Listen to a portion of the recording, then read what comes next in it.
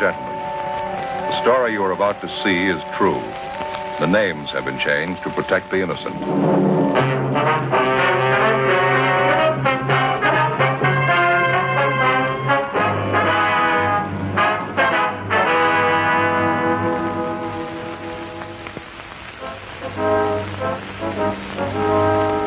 It was Tuesday, December 14th. We were working the day watch out of Bunko Division. My partner's Frank Smith. The boss is Captain Steed.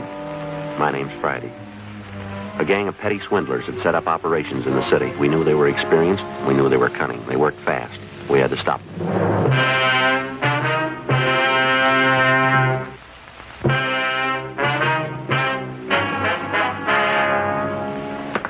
Joe?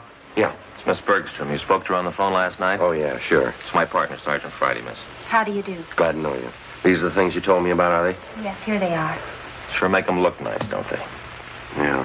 Let me take the back off the watch for you. You can see for yourself, Sergeant. It's just junk.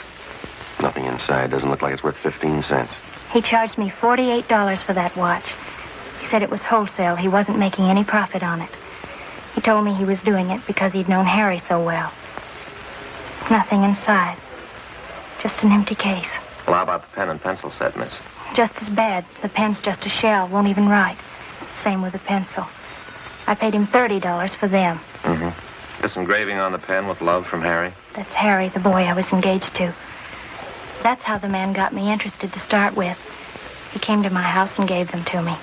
The watch and the pen and pencil. He said Harry had ordered them as presents for me. I see. I just had to cry when he brought them. Poor Harry. When did this man come to your home, Miss Bergstrom? Yesterday morning. I guess I should have been more careful, but I didn't think anybody would do a thing like that. What kind of a story did he give you? Well, he came to the door and told me his name was Spencer. He said Harry had ordered these things as presents for me, and that Harry had told him to deliver them to my house. The watch looked beautiful in the case. I didn't know anything was wrong. I see. Would you go on, please? He told me it was a special order. He said Harry had written him from overseas the week before. Well, he said he hoped the engraving was all right. The way Harry wrote, he wanted it in his letter. I just couldn't take it. I cried. This man, he pretended to be a close friend of Harry's, huh? Yes, that's why I showed him the letter. The one Harry's folks got from the government about him being killed overseas. When did you receive that letter, Miss Bergstrom? 2 days before, on Saturday. Harry's name was in the obituaries on Monday. Mm-hmm. What'd the man do when you showed him the letter? He sympathized with me, or he pretended to. I didn't think there was any trick. I didn't know anybody was that low. The pen and pencil set looked a little cheap, but I wanted to keep them no matter how cheap they were. Harry's last present to me. That's what I thought. How'd he bring up the idea of money, miss? Well, when he was ready to leave, he told me that Harry had ordered the things on credit. He said he didn't want to mention it, but he wondered how he could get payment for the watch and the pen and pencil. He didn't show you a bill, did he? An invoice listing the price of the watch or the engraving that was done? No, and I didn't want him bothering Harry's mother and father at a time like this. So I borrowed some money from my dad and paid him. $48 for the watch, $30 for the pen and pencil set. Could you describe the man for us, Miss Bergstrom? What he looked like, clothes he was wearing? It's right here on this slip of paper. It's all written out for you. Thank you. It's a terrible thing, coming right at the time of Harry's death. Well, you're not alone, if that's any consolation. An Army widow out in Hollywood was cheated on the same kind of deal last Friday. It's so cruel. Using a dead person's name to cheat you. Yes, ma'am. How could anyone get lower than that? They keep trying.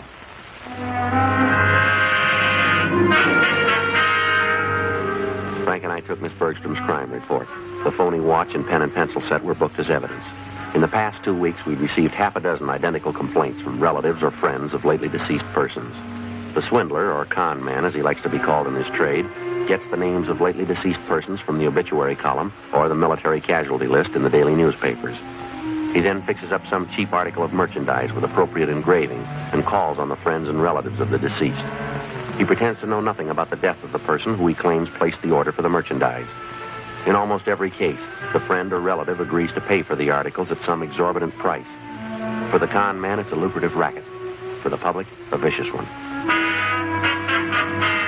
Wednesday, December 15th, Frank and I looked up one of our informants, a former con man by the name of Judd Scanlon. What do you think of it, fellas? Been in business 2 months now, doing fine. What do you think of it? Looks great, Judd. Nice setup. Finest baby laundry in South Los Angeles. That's what I advertise. Don't think it's too broad, do you? We'd like to know how close you got your ear to the ground, Judd. There's a gang of bunks in town. They're working hard. What pitch they using? They're working the obituary columns, casualty lists. Thought you might be able to help us. That's one thing they can never tear me for.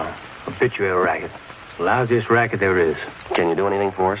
Heard one little rumble about it. 4 or 5 boys in the con mob, that right? We know that, Judd. Where can we look for him? Well, as I say, when I quit the game, I quit. Oh, maybe I could take a few soundings for you. Can't promise you anything. I'm strictly on the up and up now. Okay, Judd. You know where to get in touch with us. We'd appreciate anything you can do. You've helped me plenty of time, fellas. Wouldn't hurt a bit to tab that bunch. Yeah, look at this. You ever seen anything so cute in your life? Real cute, huh? That's all right. Say, Judd, could I use your phone a minute? Oh, sure. Thank you. Might as well check the office while we're here.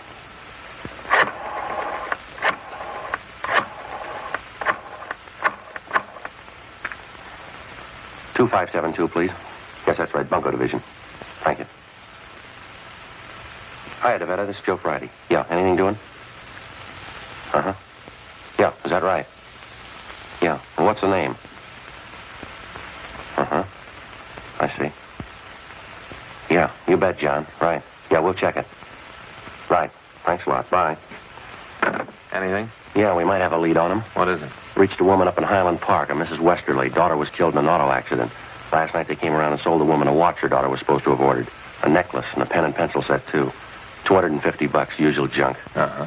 They talked to this Mrs. Westerly? Yeah, I got a description. Everything matches all along the line. Yeah, well, what's the lead? Well, this Mrs. Westerly watched the man when he left her house. Yeah. He got in a taxi cab.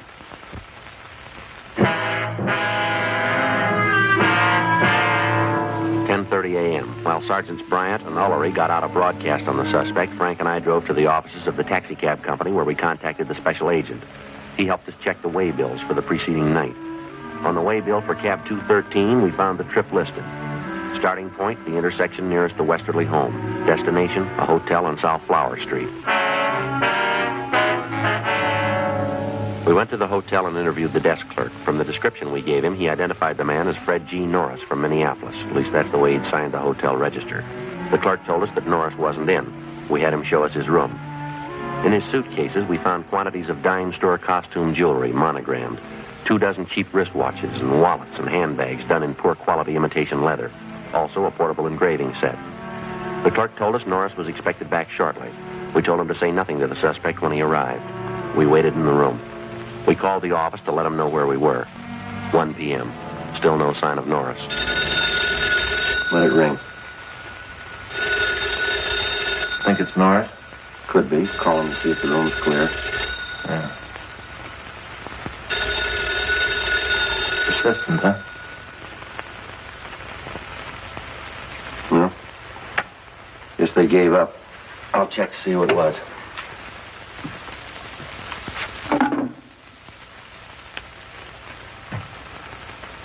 Yeah.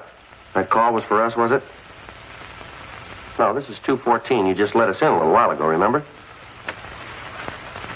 Yeah, that's right. This is Sergeant Friday. You remember you had the pass key? That's right, yeah. Well, who was that call? Yeah, fine. No, you did exactly right. Yeah, that's right. Well, I'll tell you why we didn't answer it on our way out, huh? All right, fine. Yeah. Bye. Norris? No, it was the office. Yeah. They just picked up Norris.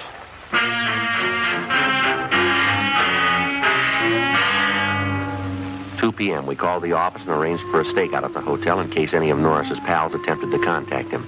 Then we drove back to the office. They told us Norris had been recognized from his description and picked up by Unit 1R7 on the way back to his hotel shortly before noon. Frank and I joined Sergeants Ullery and Bryant in the squad room where they'd been questioning the suspect. He looked about 40 years old, white male American, about 5 foot 8 inches tall, 160 pounds. He would admit nothing. You're wasting our time and your own, Norris. Face it. You were playing a rough game and you lost. Now, how about it? You're gonna feel pretty silly when you find out you got the wrong guy. We got witnesses and evidence that say you're the right guy. You've got no evidence on me. I'm clean. Who do you work for, Fred? Company in the East. You wouldn't know them. You must have a business card, some kind of identification from the company. Well, I haven't. They don't give us any. You expect us to swallow that? I don't expect you to swallow anything. You can do what you want about investigating me. You haven't a thing to hold me on. Why not just stick me up and let's get it over with? Now, let's stop kidding, Fred. You've been in the con game so long you can't talk straight even when you want to. I got 2 suitcases of goods in my hotel room. If you think you can make me on that, you can go ahead. We got more than that, Norris. We got the people you swindled. They'll tab you.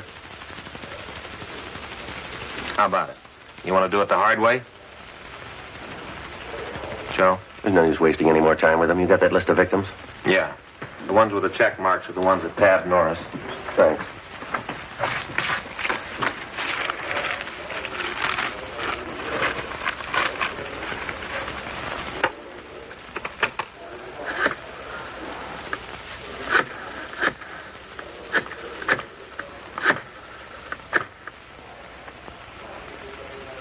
Hello, is Miss Bergstrom there, please? This is Sergeant Friday, Miss Bergstrom, Bunko Division. Yes, we picked up a suspect. We'd like to see if you can identify him. Yes, that's right. Would it be all right if we sent a car out for you now? All right, fine. Fine. Thank you.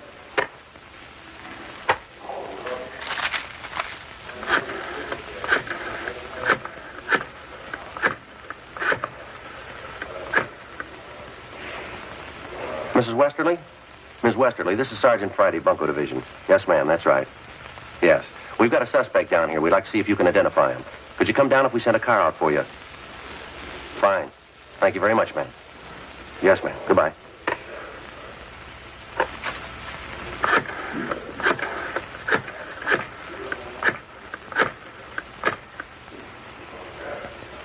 Mr. Hanson?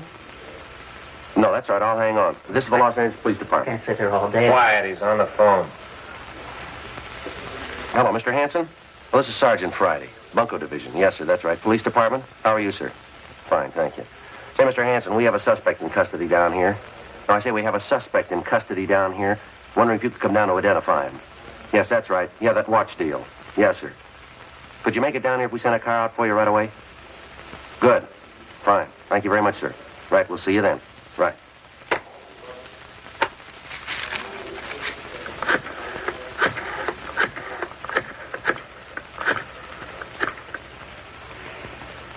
Hello.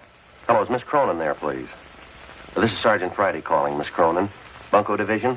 That's right, Los Angeles Police Department. Sorry to disturb you, but we have a suspect in custody down here. Yeah. Hey, Sergeant. Yes, ma'am, that's right. Sergeant? Would you hold on a minute, please? You put down the phone. Yeah. You got me.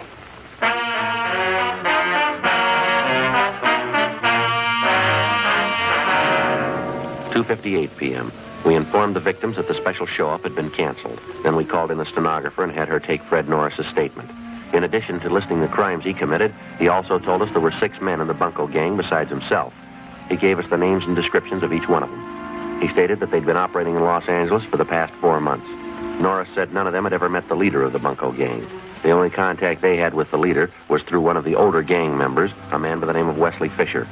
Before Norris was taken to the main jail for booking, he gave us the address of the apartment where he had been living with the other gang members. Norris's information on the suspects was checked through R&I. We got one mate, Wesley Fisher. He had one prior arrest 2 years before on a grand theft charge, but had been released for lack of evidence. 3:15 p.m. Together with Sergeants Ullery and Bryant and 2 men from Metro Squad, we drove out to the address given us by Fred Norris. It was a large apartment development in the Hollywood area. Oh, Bryant and Ullery ought to be around back by now. Yeah, they've had plenty of time.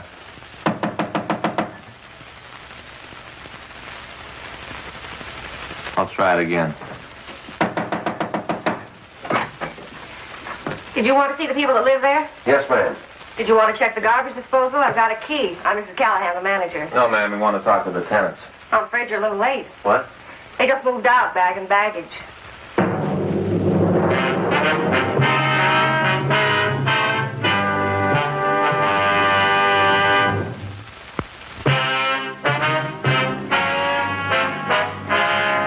Wednesday, December 15th, 4 p.m. We made a thorough check of the apartment house, which the 6 suspects had just vacated. We found nothing that would help us. We talked to the manager of the building where the suspects had been living. She told us that they had rented the place furnished about 3 months before. She identified Wesley Fisher's mugshot, but she told us that he had used the name of Charles Wilder. She also identified each of the other gang members from the descriptions Fred Norris had given us. She told us that while they were living there, the men seemed to keep odd hours and that they had a car. She told us that she had taken the license number of the car the day the men moved in.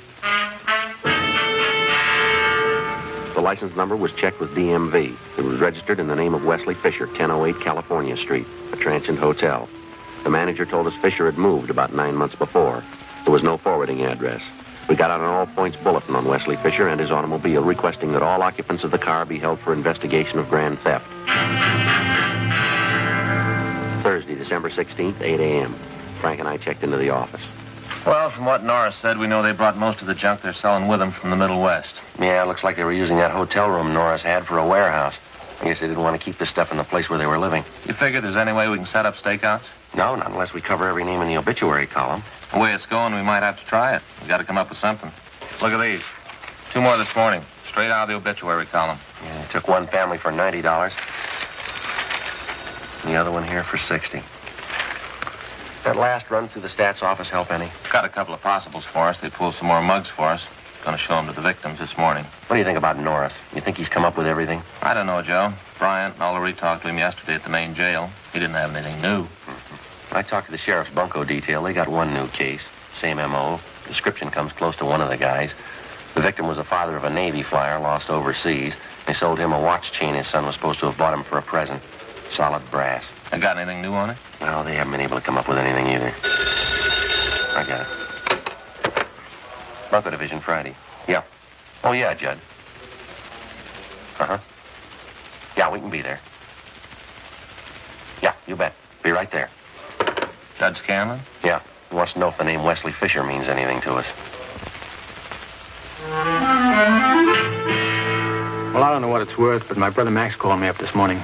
You remember Max, don't you? No, I don't think so. Well, he's a night bartender at the Parrot, you know, and last night he spotted a couple of guys at the bar. They had a couple of day-old newspapers. Uh-huh. They were sitting there with the papers turned to the obituary column. They were checking off names and writing down addresses. Max is sharp that way. He spotted them right off. Does Max know these two men he spotted? No, not by name.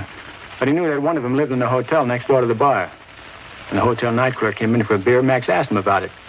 He tagged one of the guys as Wesley Fisher. Did he have anything on the other man? No, the clerk told Max he doesn't live at the hotel. But he spends a lot of time there with Fisher. Uh-huh. Could you give us your brother's home address, Judd? We don't want to contact him at that bar. Sure thing. He just moved. Oh, I see. I don't know. Hope I didn't get you guys out here for nothing. Appreciate it, Judd. It looks good. Seems to fit. That hotel down there. It's a hangout for con men. The angles are all there. Let's hope Fisher is.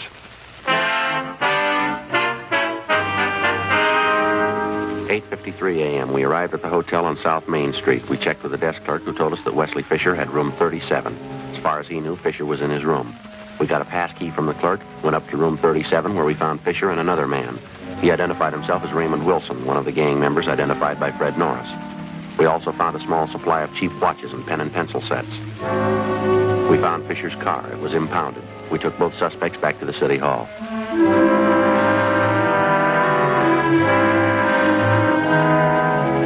We questioned them separately in the squad room. Wilson was first, but he refused to answer our questions. He was taken outside, and Wesley Fisher was brought in. Sit down, Fisher. Thank you.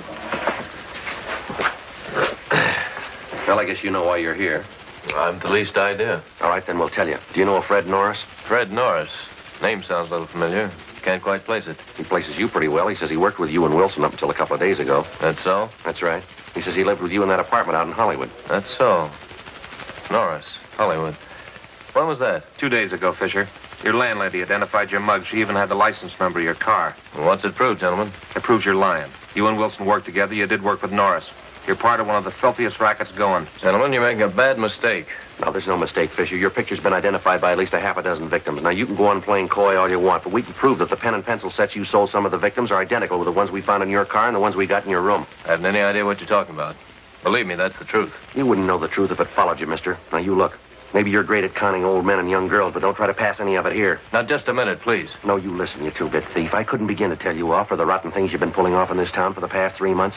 That young girl who lost her boyfriend overseas, that widow out in Hollywood, the old man in Highland Park whose wife passed away. You must have felt real sharp cheating them out of a few bucks. Maybe you don't remember, but we do and they do, and you're going to pay for them, mister. You're going to pay good. Are you all through? I'm through, Fisher. You're just beginning. I have nothing further to say, gentlemen. You can talk to my lawyer. Yeah, we'll give him your new address. Yes? Main jail.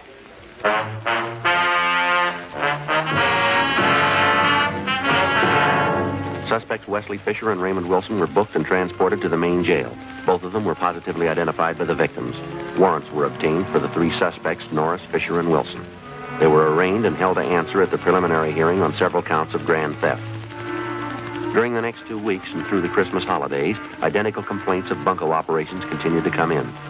Friends and relatives of lately deceased persons were still being victimized. The gang's operations continued as usual. There was only one change. The crime report showed that a woman was now operating in the obituary racket, along with the male suspects. Christmas came and went. On New Year's Eve, Frank and I were assigned to standby duty. A few minutes before 8 p.m., we got a call from the main jail that Wesley Fisher wanted to see us. We went to the second floor of the main jail, the interview room. All right, what's on your mind, Fisher? A lot. I'm getting a dirty deal. I'm going to do something about it. Well, what's the trouble? I was supposed to be bailed out. She promised me. I was supposed to have a lawyer. I had the public defender. Who's she? I'm not going to take all the heat. They're in just as deep as I am. If they can't do right by me, I'll square it up myself. I'll tell you everything I know. Go ahead. What is it? Her name's Betty McGraw. She's the one you've been looking for. She planned it out. The whole idea was hers.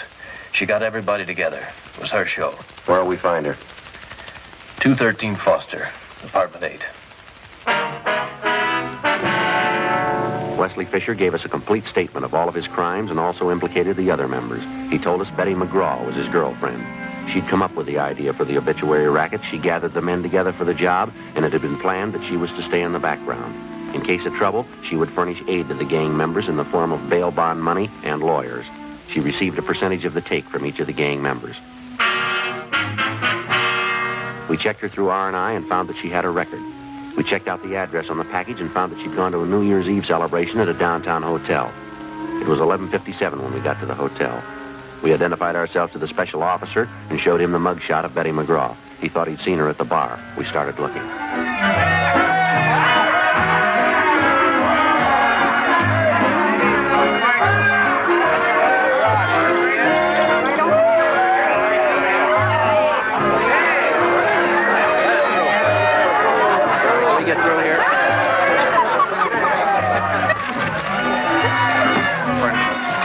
For a Betty McGraw.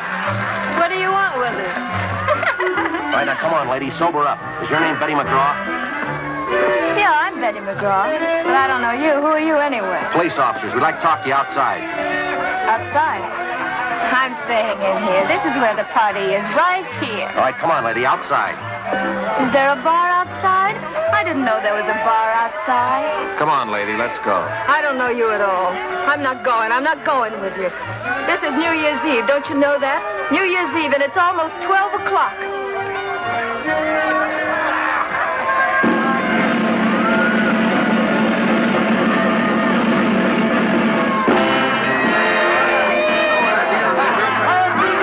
Happy New Year! Happy New Year! No use trying to get through all this. Yeah, we'll have to wait.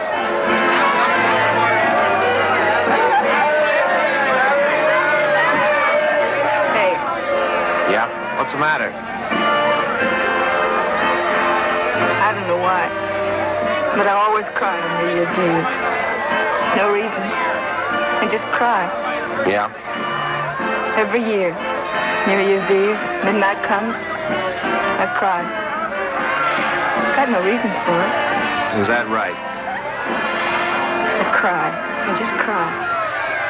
Never did have any reason for it. You're going to have one this year, lady.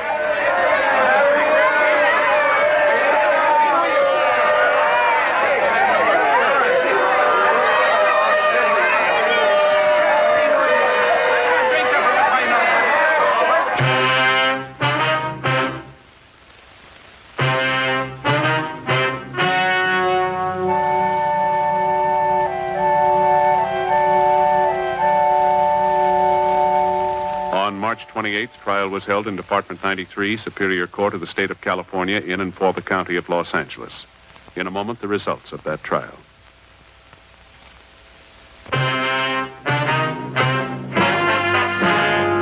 The suspect was tried and convicted on 14 counts of grand theft. The remaining members of the bunco gang were apprehended, tried, and convicted on the same charges and received like sentences. Grand theft is punishable by imprisonment in the state penitentiary for not less than 1 nor more than 10 years.